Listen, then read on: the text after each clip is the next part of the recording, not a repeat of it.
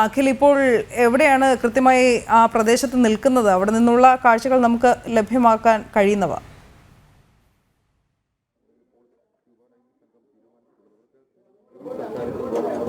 അനു, കൃഷ്ണരാജ്, ഞാനിപ്പോൾ നിൽക്കുന്നത് ഈ ക്യൂബ സംഘവും അതുപോലെ തന്നെ NRFും ഒക്കെ റെയിൽവേ പാളത്തിനടിയിലുള്ള ഈ ട്രെയിനേജിനകത്തേക്ക് ഇറങ്ങുന്ന ദൃശ്യം കാണുന്ന ആ സ്ഥലത്താണ് ഞാനുള്ളത്.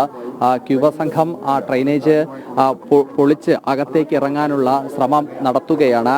ഇതിൽ ഒരു പ്രശ്നമായി നിലനിൽക്കുന്നത് രണ്ടു വശത്തും രണ്ട് ട്രെയിനുകൾ നിർത്തി ഇട്ടിരിക്കുകയാണ്. അപ്പോൾ ആ രണ്ട് ട്രെയിനുകൾ അങ്ങനെ നിർത്തിയിട്ടിരിക്കുന്നത് കൊണ്ട് തന്നെ ഇവരുടെ പ്രവർത്തനങ്ങൾ നടത്തുന്നത് വളരെ ദുസ്സഹരമായി മാറുന്ന ഒരു സാഹചര്യമാണ്. കാരണം റെയിൽവേ പാളത്തിൽ ഇങ്ങനെ ട്രെയിൻ നിൽക്കുന്നത് കൊണ്ട് തന്നെ സ്വാഭാവികമായിട്ടും അവർക്ക് ചില ബുദ്ധിമുട്ടുകളുണ്ട്. കാരണം ഈ ട്രെയിന് മാറ്റിയാൽ മാത്രമാണ് അവർക്ക് കുറച്ചുകൂടി കാര്യക്ഷമമായി മുന്നോട്ട് കാര്യങ്ങൾ നീക്കാൻ കഴിയുക എന്നതാണ് ക്യൂബ സംഘം തന്നെ റെയിൽവേ അധികൃതരോട് ആവശ്യപ്പെട്ടിരിക്കുന്ന ഒരു പ്രധാനപ്പെട്ട കാര്യം. ഇങ്ങനെ രണ്ട് ട്രെയിനുകൾ രണ്ട് സൈഡിൽ നിൽക്കുമ്പോൾ അവർക്ക് നിൽക്കുന്നതിൽ, അവർക്ക് കാര്യങ്ങൾ ചെയ്യുന്നതിലൊക്കെ വളരെ ബുദ്ധിമുട്ടുണ്ട്. കാരണം ഈ ട്രെയിനേജ് എന്ന് പറയുന്നത് തന്നെ ഒരു ചെറിയ ഹോളാണ്. നമുക്ക് ആ ദൃശ്യങ്ങളിൽ കാണുന്നത് പോലെ ഒരു പൈപ്പ് മാത്രമാണ് അതിന് മുകളിലേക്ക് വെച്ചിരിക്കുന്നത്. അപ്പോൾ അതിലേക്ക് ഇറങ്ങാനും അതിനെ ഇറങ്ങുന്ന ആളെ സുരക്ഷിതമായി കയറ്റുന്നതിലേക്ക് വേണ്ടി റോപ്പ് അടക്കം കിട്ടുന്നതിലേക്കൊക്കെ ഉള്ള സാഹചര്യവും സംവിധാനവും ഒരുക്കണമെങ്കിൽ ഈ ട്രെയിൻ കൂടി മാറ്റിക്കൊടുക്കണമെന്നൊരാവശ്യമാണ് അവർ ഇപ്പോൾ ഉന്നയിച്ചിരിക്കുന്നത്. ഇപ്പോൾ NDRF സംഘം അതിനുള്ള സജ്ജീകരണങ്ങൾ ഒരുക്കുകയാണ്. ഈ ദേശീയ ദുരന്ത നിവാരണ അതോറിറ്റിയും അതുപോലെ തന്നെ മറ്റുമെല്ലാം തന്നെ കൃത്യമായി കാണുന്നത് പോലെ, നമ്മൾ ഇപ്പോൾ ഈ ദൃശ്യങ്ങളിൽ കാണുന്നത് പോലെ ഇപ്പോൾ ഇത്രയും അഴുക്ക് നമുക്ക് ദൃശ്യങ്ങളിൽ കാണാൻ സാധിക്കുന്നത് പോലെ അവിടെ നിന്നുള്ള ആമേഞ്ചാൻ തോടിൽ നിന്നും വരുന്ന അതുപോലെ തന്നെ ഈ റെയിൽവേ പാളത്തിൽ നിന്നും വരുന്ന ആ വേസ്റ്റ് എല്ലാം തന്നെ ഇവിടെ ഇങ്ങനെ കാണാൻ നമുക്ക് ദൃശ്യങ്ങളിൽ കാണാൻ സാധിക്കുന്നുണ്ട്. നേരത്തെ നമ്മളോട് സംസാരിച്ച ചീഫ് സെക്രട്ടറി അടക്കമുള്ളവർ പറഞ്ഞതുപോലെ എത്രമാത്രമാണ് നഗരത്തിന്റെ മാലിന്യം എന്നുള്ളത് ഈ ദൃശ്യങ്ങൾ സാക്ഷ്യപ്പെടുത്തുന്നുണ്ട്. ഈ ദൃശ്യങ്ങൾ അതിന് നേർക്കാഴ്ചയായി മാറുന്നുണ്ട്. ശാസ്ത്രം വളർന്നു, രാജ്യം പുരോഗതിയിലേക്ക് എത്തി, നാട് പുരോഗതിയിലേക്ക് എത്തി എന്നൊക്കെ പറയുമ്പോഴും നമ്മൾ കാണുന്നത് ഈ തിരുവനന്തപുരം നഗരം അല്ലെങ്കിൽ തിരുവനന്തപുരത്തെ ഏറ്റവും പ്രധാനപ്പെട്ട കേരളത്തിലെ ഒരു റെയിൽവേ സ്റ്റേഷൻ മുഴുവൻ അഴുക്ക് ഓടച്ചാലിനകത്ത് നിൽക്കുകയാണ് എന്നതാണ് നമുക്ക് മനസ്സിലാക്കാൻ സാധിക്കുന്നത്. എന്തായാലും ഇപ്പോൾ രണ്ട് ട്രെയിനുകൾ ഇപ്പോൾ നമ്മളുടെ രണ്ട് ട്രെയിനുകൾ ഇതിന് രണ്ട് സൈഡിലുണ്ട്. അപ്പോൾ ഇവിടെയാണ് ഇറങ്ങാൻ വേണ്ടിയിട്ടുള്ള ശ്രമം നടത്തുന്നത്. ഇപ്പോൾ ഇതിൽ ഒരു ട്രെയിന് എടുത്തു മാറ്റാനുള്ള ശ്രമം നടത്തുന്നുണ്ട്. ആ ട്രെയിന് എടുത്തു മാറ്റുന്നതോടുകൂടി ഒരു വശത്തേക്ക് ആ സംവിധാനത്തെ മാറ്റാൻ, അല്ലെങ്കിൽ ആ സംവിധാനം കുറച്ചുകൂടി കാര്യക്ഷമമായി മുന്നോട്ട് കൊണ്ടുപോകാൻ സാധിക്കുമെന്ന പ്രതീക്ഷയാണ് അതുപോലെ ഈ ക്യൂബ സംഘവും അതുപോലെ തന്നെ NDRFും എല്ലാം തന്നെ നമുക്ക് കാണാൻ സാധിക്കുന്നത്. എന്തായാലും ഈ സുരക്ഷാ സംവിധാനങ്ങളൊക്കെ തന്നെ എത്രമാത്രം സജ്ജീകരിച്ചു കൊണ്ടായിരിക്കും അകത്തേക്ക് ഇറങ്ങാൻ വേണ്ടി സാധിക്കും. കാരണം മണിക്കൂറുകൾ പിന്നിടുകയാണ്. ഇന്നലെ രാവിലെ ഏകദേശം 11 മണിയോടുകൂടിയാണ് മാരായമട്ടം സ്വദേശിയായ ജോയി ഈ അഴുക്കുചാലിൽ പെടുന്നത്, ഈ അപകടത്തിൽപ്പെടുന്നത്. ആ അപകടത്തിൽപ്പെട്ടതിനു ശേഷം അദ്ദേഹത്തിന്റെ ജീവൻ രക്ഷിക്കുന്നതിലേക്ക് വേണ്ടിയുള്ള ശ്രമം നടത്തുമ്പോൾ നഗരസഭ അതുപോലെ തന്നെ റെയിൽവേ മന്ത്രി പോലും സ്ഥലത്തെത്തി, ജില്ലയിൽ നിന്നുള്ള മന്ത്രി പോലും സ്ഥലത്തെത്തി പറഞ്ഞതൊക്കെ രാഷ്ട്രീയമായിരുന്നു. പക്ഷെ അതിനും അപ്പുറത്തൊരു ജീവൻ നിലനിർത്തുന്നതിലേക്ക് വേണ്ടിയിട്ടുള്ള ശ്രമം എന്താണ് എന്നത് നമുക്ക് മനസ്സിലാക്കാൻ സാധിക്കുന്നുണ്ട്. എന്തായാലും ഇപ്പോൾ ഈ ട്രെയിനേജിന്റെ അവിടെ നിന്നും ക്യൂബ സംഘം തിരിച്ച് അപ്പുറത്തെ സൈഡിലേക്ക് പോവുകയാണ്. റെയിൽവേ ഉദ്യോഗസ്ഥരുമായൊക്കെ തന്നെ സംസാരിക്കുകയാണ്. ഈ രണ്ട് ട്രെയിനുകൾ കൂടി മാറ്റിക്കൊടുത്താൽ മാത്രമേ ഇവിടേക്ക് കൂടുതൽ ക്രമീകരണങ്ങൾ ഒരുക്കുന്നതിലേക്ക് ടിൻഡുവും ഒരിടത്ത് അഖിലും ഉള്ളത്.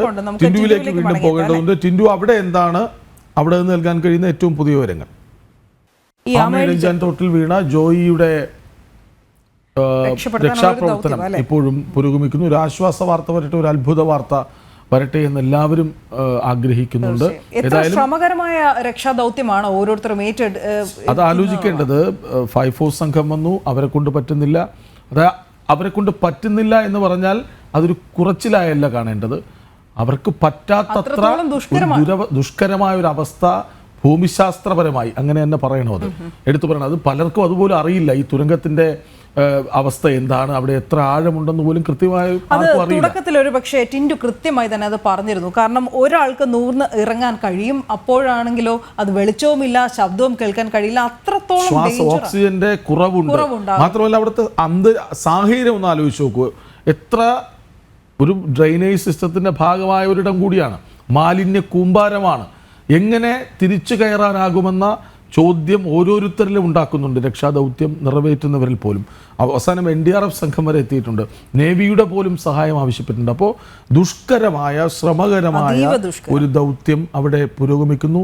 അപ്പോഴും നമ്മൾ എടുത്തു പറയണം, ജോയ് തിരിച്ചു വരണം. അങ്ങനെ ഒരു എന്താണ്, നമ്മളെല്ലാവരും ആകാംക്ഷയോടെ കാത്തിരിക്കുന്ന ഒരു വാർത്ത ഉണ്ടാകണം. അത് എത്രയും പെട്ടെന്ന് ഉണ്ടാകട്ടെ എന്ന് നമുക്ക് നമ്മളെ തിരുവനന്തപുരം കോർപ്പറേഷനിൽ കൂടെ ഒഴുകുന്ന എല്ലാ തോടുകളും വന്ന് ചേരുന്നതും ഈ ആമയിഴഞ്ചാൻ തോട്ടിലാണ്. അപ്പോൾ തന്നെ എത്രത്തോളം മാലിന്യമായിരിക്കും എല്ലായിടത്തു നിന്നും പലയിടത്തു നിന്നും അവിടെ അടിഞ്ഞു കൂടുക എന്ന് നമുക്ക് ചിന്തിക്കാവുന്നത്. സ്മാർട്ട് സിറ്റിയാണ്, അതിൻ്റെ പ്രവർത്തനം പുരോഗമിക്കുകയാണ്. അതൊക്കെ ആലോചിക്കുമ്പോഴാണ് നമുക്ക് കൂടുതൽ നിരാശ തോന്നുന്നത്. നമ്മൾ തിരുവനന്തപുരം നഗരമധ്യത്തിൽ ഒരു തോട്ടിൽ പ്ലാസ്റ്റിക് മാലിന്യ കൂമ്പാരം, അവിടെ സാധാരണ മനുഷ്യർ ജീവിക്കാൻ വേണ്ടി അവരിറങ്ങുകയാണ് ആ തോട്ടിലേക്ക്. അവരുടെ ജീവന് പോലും വെല്ലുവിളി ഉയർത്തുന്നത് ജി തോംസൺ പറഞ്ഞ് നമ്മൾ കേട്ടതാണ്. അവരെ കൊണ്ട് ഇത് ചെയ്യിപ്പിക്കരുത്. ഇതിന് ട്രെയിൻഡായിട്ടുള്ള ആൾക്കാർ, അവർ ജീവിക്കാൻ വേണ്ടി ഇറങ്ങുന്നവരാണ്.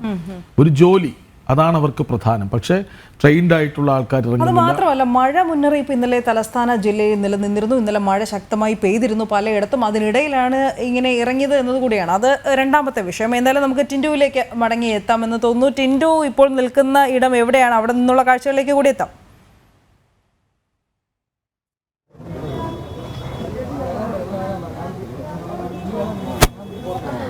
ഞാനിപ്പോൾ നിൽക്കുന്നത് തമ്പാനൂർ റെയിൽവേ സ്റ്റേഷൻ്റെ മുൻവശത്ത്, അതായത് ജോയ് വീണ എന്ന് പറയുന്ന സ്ഥലത്താണ്. അതായത് ജോയിയുടെ കൂട്ടുകാർ പറഞ്ഞ സ്ഥലത്താണ് നമ്മളിപ്പോൾ നിൽക്കുന്നത്. അവിടെയാണ് NDRF ഉദ്യോഗസ്ഥരും സ്കൂബ ഡൈവേഴ്സും ഇറങ്ങാനായിട്ട് ഇപ്പോൾ പദ്ധതി ഇട്ടുകൊണ്ടിരിക്കുന്നത്. പ്രധാനമായിട്ടും 3 ഘട്ടങ്ങളിലായിട്ടാണ് ഇറങ്ങുന്നതെന്നാണ് നമുക്ക് മനസ്സിലാക്കാൻ സാധിക്കുന്നത്. ഒന്ന്, ജോയ് വീണു എന്ന് പറയുന്നിടത്ത്, 2 റെയിൽവേ സ്റ്റേഷനകത്ത്, 3ാമത്തെ പ്ലാറ്റ്ഫോമിനകത്തേക്ക്, 3 എന്ന് പറയുന്നത് ഈ ആമയിഴഞ്ചാൻ തോടിൻ്റെ ഈ കനാൽ അല്ലെങ്കിൽ ഈ കനാൽ അല്ലെങ്കിൽ ഈ ഹോൾ ഇത് ഓപ്പൺ ചെയ്യുന്ന മറുഭാഗത്ത്. അപ്പോൾ 3 ഭാഗത്തായിട്ടാണ് ഇത്തരത്തിൽ NDRFും അതോടൊപ്പം തന്നെ ഫയർഫോഴ്സും പോലീസ് ഉദ്യോഗസ്ഥരും നിൽക്കാൻ തീരുമാനിച്ചത് എന്നാണ് നമുക്ക് മനസ്സിലാകുന്നത്. ഇപ്പോൾ നഗരസഭയിലെ ഉദ്യോഗസ്ഥർ ഇവിടെ എത്തിയിട്ടുണ്ട്, നഗരസഭയിലെ ജീവനക്കാർ എത്തിയിട്ടുണ്ട്. അവരും കൂടി ഇതിൽ ഈ NDRFിനോടൊപ്പം അല്ലെങ്കിൽ NDRF സേനാംഗങ്ങളോടൊപ്പം ഇറങ്ങുമെന്നാണ് കരുതുന്നത്. ഇതിലെ ഏറ്റവും പ്രധാനപ്പെട്ട പ്രശ്നമെന്ന് പറയുന്നത്, ഞാൻ നേരത്തെ ഒക്കെ സൂചിപ്പിച്ചതുപോലെ, ഓപ്പറേഷൻ അനന്ത നടക്കുന്ന സമയത്താണ് അവസാനമായിട്ട് ഈ കനാലിലോട്ട് അല്ലെങ്കിൽ ഈ ഉള്ളിലേക്ക് തുറക്കുന്ന ഈ ചെറിയ ഈ കനാലിലോട്ട് അല്ലെങ്കിൽ ഈ ആൾക്കാർ ഇറങ്ങിയിട്ടുള്ളത്. അതിനുശേഷം ആരും ഇറങ്ങിയിട്ടില്ല. അപ്പോൾ വർഷങ്ങളായിട്ടുള്ള അഴുക്കും അതോടൊപ്പം തന്നെ വർഷങ്ങളായിട്ടുള്ള മാലിന്യങ്ങളെല്ലാം സെഡിമെന്റ്സ് ആയിട്ട് തന്നെ ഒരു എമൽഷൻ രൂപത്തിൽ അതിനകത്തേക്ക് കിടക്കുന്നുണ്ട്. അത് JCB കൊണ്ട് വലിച്ച് പുറത്തേക്ക് എടുക്കുക എന്ന് പറയുന്നത് ശ്രമകരമായ കാര്യമാണ്. കാരണം അതിനകത്ത് 2 അടി മാത്രമേ പൊക്കമുള്ളൂ. അപ്പോൾ JCBയുടെ കൈ അതിനകത്തേക്ക് കയറ്റുക എന്ന് പറയുന്നത് വളരെ ദുർഘടപരമായിട്ടൊരു അവസ്ഥ തന്നെയാണ്. അതുകൊണ്ട് തന്നെയാണ് ഒരുപക്ഷെ ഈ രക്ഷാപ്രവർത്തനം ഇത്രയും സമയമെടുക്കാനായിട്ട് ഇത്രയും സമയമെടുത്തത്. ഇതിനു മുന്നേ നമ്മൾ കണ്ടൊരു ദുരന്തം എന്ന് പറയുന്നത് വിഴിഞ്ഞത്ത മുക്കോലയിൽ കിണറപകടം നടന്ന കിണർ കുഴിക്കുന്ന സമയത്ത് ഒരാൾ ഈ കിണറിടിഞ്ഞകത്തേക്ക് പോയ സംഭവമായിരുന്നു. അതും സമാനമായ രീതിയിൽ തന്നെ രക്ഷാപ്രവർത്തനങ്ങൾ വൈകുന്ന ഒരു സാഹചര്യം ഉണ്ടായിരുന്നു. എന്തായാലും വരും മണിക്കൂറുകളിൽ ശുഭകരമായിട്ടുള്ള വാർത്ത പ്രതീക്ഷിക്കാമെന്ന് നമ്മൾ കരുതുന്നു. ഇപ്പോൾ ജീവനക്കാരൊക്കെ ഈ മാലിന്യങ്ങൾ വാരി നമ്മുടെ സ്ക്രീനിന്റെ ഒരു വശത്ത് കാണുന്നത് ജോയിയുടെ ആമയിഴഞ്ചാൻ തോട്ടിൽ വീണ ജോയിയുടെ അമ്മയുടെ ദൃശ്യങ്ങളാണ്. നമുക്ക് ആ അമ്മ എന്താണ് പറയുന്നത് എന്ന് നമുക്കൊന്ന് കേട്ടുവരാം എന്ന് തോന്നുന്നു.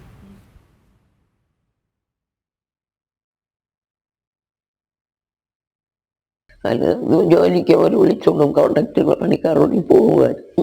അങ്ങനെ ജോലിയില്ലാത്ത മാത്രം വെറുക്കാം.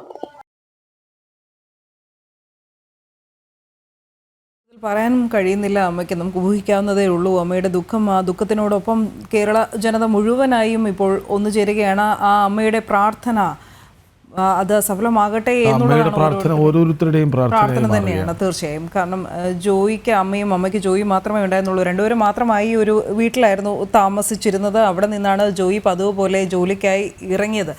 എന്തായാലും ജോയിയെ കണ്ടെത്താനുള്ള ഒരു ശ്രമം അത് സ്ക്രീൻ ഒരു വശത്ത് നമ്മൾ തത്സമയ ദൃശ്യങ്ങളിലൂടെ കാണുന്നുണ്ട്. അവിടെയും നേരത്തെ കൃഷ്ണൻ പറഞ്ഞതുപോലെ തന്നെ മാലിന്യ കൂമ്പാരം നോക്കൂ എത്രത്തോളം വേഗതയിലാണ് അടിയുന്നത്. ഇവയെല്ലാം മാറ്റിയതിന് ശേഷം മാത്രമാണല്ലോ ഇവർക്കും അകത്തേക്ക് പോകാൻ കഴിയുക. ടിൻഡു തുടരാം.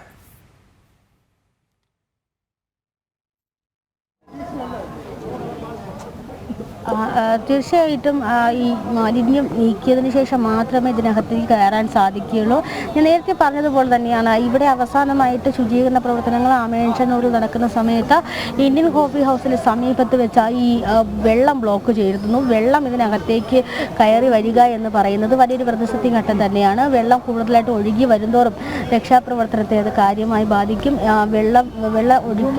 വെള്ളത്തിനുപരി ഉള്ളിലേക്ക്, അതായത് ഈ ടണലിനുള്ളിലേക്ക് ചെളിയാണ്, ആഴത്തിൽ ചെളിയും മാലിന്യവുമാണ്. അപ്പോൾ അതാണ് ഒരുപക്ഷെ ഇതിനെ ഈ രക്ഷാ പ്രവർത്തനങ്ങളെ കാര്യമായിട്ട് തന്നെ ബാധിക്കുന്നത്. ഞാൻ നേരത്തെ സൂചിപ്പിച്ചതുപോലെ 3 ഘട്ടങ്ങളിലായിട്ടാണ് ഇത്തരത്തിൽ ഈ ടണലിലേക്ക് ഇറങ്ങാനായിട്ട് ശ്രമിക്കുന്നത്. ഒന്ന് ഈ ജോയി വീണു എന്ന് പറയുന്നിടത്ത്, 2 മൂന്നാമത്തെ പ്ലാറ്റ്ഫോമിൻ്റെ അടുത്ത്, 3 എന്ന് പറയുന്നത് പുറത്ത് ഈ ടണൽ ഓപ്പൺ ആവുന്ന ഭാഗത്തിൽ തുറക്കപ്പെടുന്ന ഭാഗത്താണ്. ഏറ്റവും പ്രധാനപ്പെട്ട പ്രശ്നം എന്ന് പറയുന്നത് 3ാമത്തെ പ്ലാറ്റ്ഫോമിന് സമീപമുള്ള ടണൽ തുറക്കാൻ കുറച്ച് സമയമെടുക്കും. കാരണം നമുക്കറിയാം രാവിലെ എന്ന് പറയുന്നത് പ്രധാനപ്പെട്ട ട്രെയിനുകളൊക്കെ പോകുന്ന സമയമാണ്. തമിഴ്നാട്ടിലേക്കും കേരളത്തിൻ്റെ മറ്റ് ഭാഗങ്ങളിലുമൊക്കെ പ്രധാനപ്പെട്ട ട്രെയിനുകളൊക്കെ പോകുന്ന സമയമാണ് രാവിലെ. അപ്പോൾ അത് 3ാമത്തെ പ്ലാറ്റ്ഫോം എന്നൊക്കെ പറയുമ്പോൾ തിരക്ക് പിടിച്ച ഒരു സമയം തന്നെയായിരിക്കും. ആ സമയത്താണ് ഒരുപക്ഷെ ഇത് ഇത്തരത്തിൽ തുറക്കേണ്ടത്. അത് ഒരു പ്രശ്നമായിട്ട് തന്നെയാണ് തുടരുന്നത്. എന്തായാലും ഇന്നലെ കളക്ടറുടെ നേതൃത്വത്തിൽ ഇതിൻ്റെ പുറകു ഭാഗത്തുള്ള ഈ ടണൽ തുറക്കപ്പെടുന്ന ഭാഗത്ത് പരിശോധന നടത്തിയിരുന്നു. പക്ഷെ അവിടെ അത്തരത്തിൽ മാലിന്യങ്ങൾ അടിഞ്ഞു കൂടിയിട്ടില്ല. ആ മാലിന്യങ്ങൾ പുറത്തള്ളാൻ ആ മാലിന്യങ്ങൾ വാരി മാറ്റിയിട്ടുണ്ട്. അവിടേക്ക് ഒഴുകി എത്താനുള്ള സാധ്യത ഇല്ല എന്ന് തന്നെയാണ് അദ്ദേഹം പറയുന്നത്. നമുക്ക് എന്തായാലും NDRF ഉദ്യോഗസ്ഥരുടെ പ്രതികരണം ശ്രമിച്ചു നോക്കാം. സാർ, ഇപ്പോൾ നിലവിൽ എന്താണ് ഇവിടുത്തെ അപ്ഡേഷൻ എന്ന് പറയുന്നത്? നിലവിൽ എന്താണ് മാം? ഇവിടെ നമ്മൾ വേസ്റ്റ് റിമൂവ് ചെയ്തുകൊണ്ടിരിക്കുകയാണ്. വേസ്റ്റ് റിമൂവ് ചെയ്തിട്ട് ഇപ്പം നമ്മുടെ ഡീപ്പ് ഡൈവേഴ്സിൻ്റെ നിഗമനം വെച്ചിട്ട് ഇപ്പോൾ വെള്ളം കുറവായതുകൊണ്ട് ഡീപ്പ് ഡൈവേഴ്സിന് ഇറങ്ങാൻ പറ്റില്ല. ഇപ്പോൾ നമ്മൾ റോവർ ഇപ്പം ശരിയാക്കുന്നുണ്ട്. അത് ശരിയാക്കിയോണ്ട് അത് നമ്മൾ ഇങ്ങോട്ട് ഇറക്കും. മാലിന്യം മാത്രമാണ് പ്രശ്നം? അതെ, മാലിന്യം നീക്കുന്നുണ്ട്. ഇവിടെ നിന്ന് നീക്കുന്നുണ്ട്. ആ മാൻ ഹോളിൽ നിന്ന് ആ ഭാഗത്ത് നിന്ന് ഞങ്ങൾ നീക്കം ചെയ്യുന്നുണ്ട്. 3ാമത്തെ പ്ലാറ്റ്ഫോമിന്റെ ഭാഗത്ത്? അതെ. ഇപ്പോൾ ഈ ഫയർഫോഴ്സും NDRF സംയുക്തമായി ചേർന്നുകൊണ്ടാണോ? അതെ, അങ്ങനെയാണ് ഉദ്ദേശിക്കുന്നത്. മാലിന്യം മാത്രം നീക്കം ചെയ്യുക? അതെ. ഇന്നലെ എത്ര ദൂരം വരെ ഈ ഫയർഫോഴ്സ് പോയിട്ടുണ്ട്? 40 മീറ്റേഴ്സ്. കണ്ടെത്താൻ സാധിക്കും? അതെ, കണ്ടെത്താൻ സാധിച്ചിട്ടില്ല. അങ്ങോട്ടാണ് ഈ 40 മീറ്റർ സ്ഥലത്തെല്ലാം മാലിന്യം മാറ്റിയിട്ടുണ്ട്? അല്ല, ഇപ്പം ഇന്നലെ മാറ്റിയിട്ടുണ്ടായിരുന്നു. പക്ഷേ ഇന്നിപ്പം പുതിയതായിട്ട് വന്ന് അടിഞ്ഞിട്ടുണ്ട്. അപ്പോൾ അതിനെ ഇപ്പം മാറ്റിക്കൊണ്ടിരിക്കുകയാണ്. വെള്ളം ഒരു പ്രതിസന്ധി ആവുന്നുണ്ട്? ഒഴുകിയെത്തുന്ന വെള്ളം ഒരു പ്രതിസന്ധിയാണ്. ഏറ്റവും കൂടുതൽ മാലിന്യങ്ങളാണ് പ്രശ്നം ഉണ്ടാക്കുന്നത്. നമ്മൾ മാലിന്യങ്ങൾ മാറ്റിയാൽ മാത്രമേ നമുക്ക് എന്തെങ്കിലും ചെയ്യാൻ പറ്റുള്ളൂ. അങ്ങോട്ട് അകത്തോട്ട് പോകാനോ എന്തെങ്കിലും ചെയ്യാൻ പറ്റുള്ളൂ. അല്ലെങ്കിൽ മൊത്തം അടഞ്ഞിട്ടുണ്ടാവും. നിൽക്കാൻ പറ്റുമോ? എങ്ങനെയാണ് ആ ടണലിന്റെ പ്രത്യേകത? ടണലിന്റെ പ്രത്യേകത ഇപ്പം 6 അടിയേ ഉള്ളൂ. അങ്ങോട്ട് കുറച്ച് ദൂരം പോയി കഴിഞ്ഞാൽ നമുക്ക് ഒരാൾക്ക് നിൽക്കാൻ പറ്റില്ല. പിന്നെ ഹൈറ്റ് കുറഞ്ഞു വരുവാണ്. വിഡ്ത്ത് കുറയുന്നില്ല. വിഡ്ത്ത് ഉണ്ട്, ഹൈറ്റ് കുറഞ്ഞു വരും. മാലിന്യമാണ് പ്രശ്നം.